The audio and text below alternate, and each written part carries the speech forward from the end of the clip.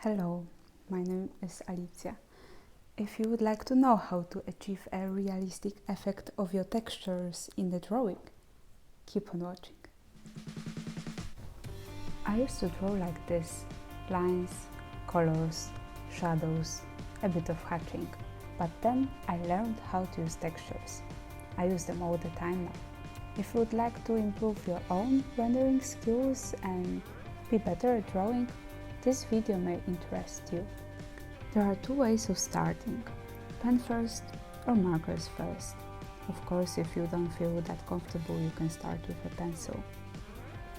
I'm adding also points as symbols of nails or some other joints.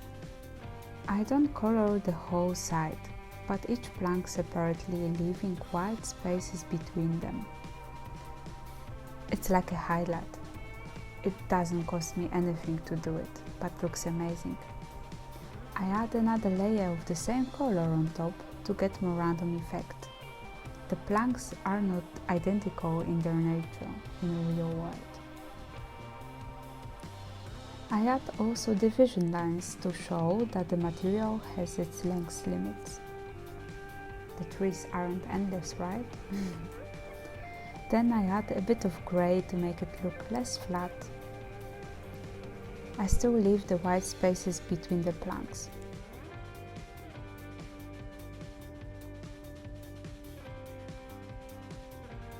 Adding rusty shade here and there is just my personal choice, as I like warm toned looks. And that's it. The texture is ready. Drawing plaster is not that difficult. It's more like eating a piece of cake. You should focus only on the corners where the water would dry more slowly. Add a bit of color then, maybe some decolorations and a bit of points, and that's it.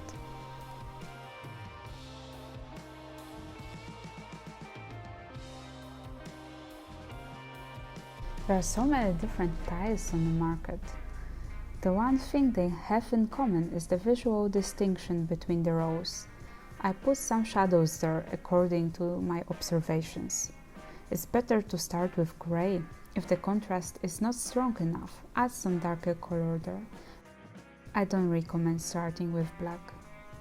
Now the tiles. Mine are vintage looking. They are not the same. It's where the drawing looks different than some visualization. I play with the imperfections for my advantage. By the fishy looking tiles, I use the same rules. Everything is the same. I test here different level of details, what you can use too. If some area is in the foreground, means more details, and the rest is just a placeholder.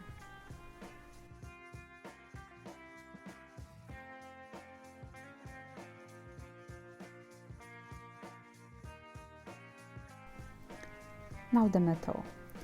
I focus here mostly on the vision of the elements, adding only clinches or folds, and of course a rusty ornament. Metal is easier to show when the surface is rounded, but what can we do here? Just correct it later with a pencil.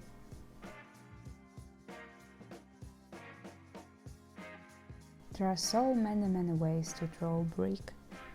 I start with marker strokes of one color and then add deviations. Again, I leave the fudges white at first. I adjust the shapes with a pen and add more of accents.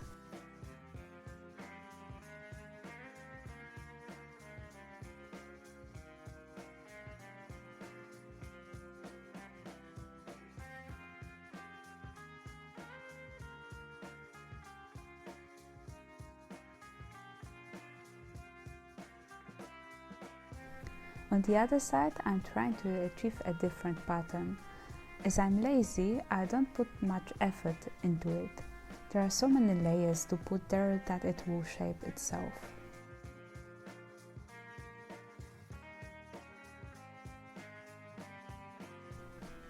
Adding random imperfections makes the texture look more vintage-like. You may want to find a good balance for yourself. I will add more highlights to it in a second. Like in the end of the video. It's worth waiting. I draw my concrete similar to drawing the plaster. It's just heavier and more raw. Here I use prefabricated concrete blocks, and on the other side something without a pattern.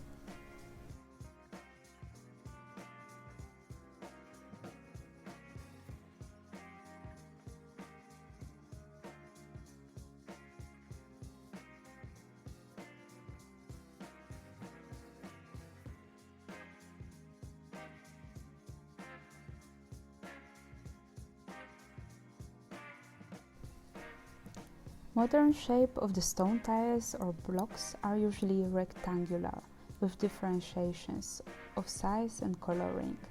I achieved this look by drawing loosely horizontal lines into a loosely divided pattern. I add second tone to its one corner and then reapply to get more randomness.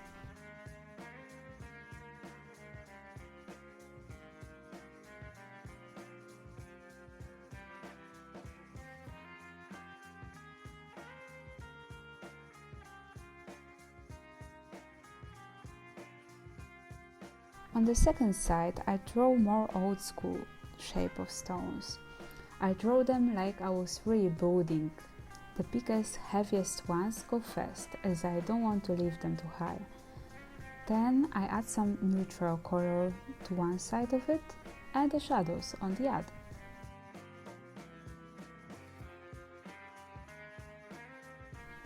It would be great if you could see something under my hand.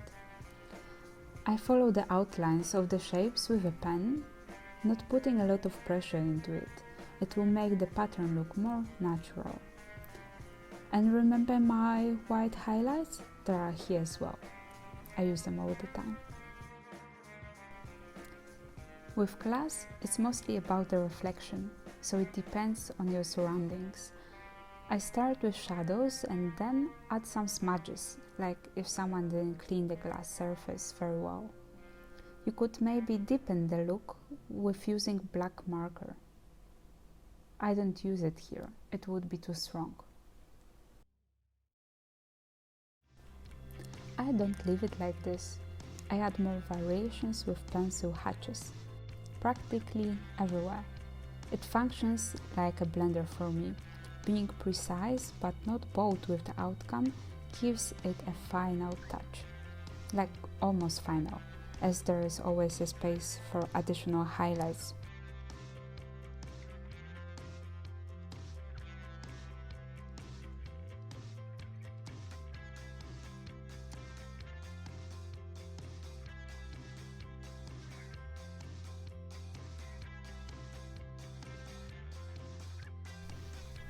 Congratulations, you survived till the end. If you like this video, check out also other ones. Maybe you will like them. Bye!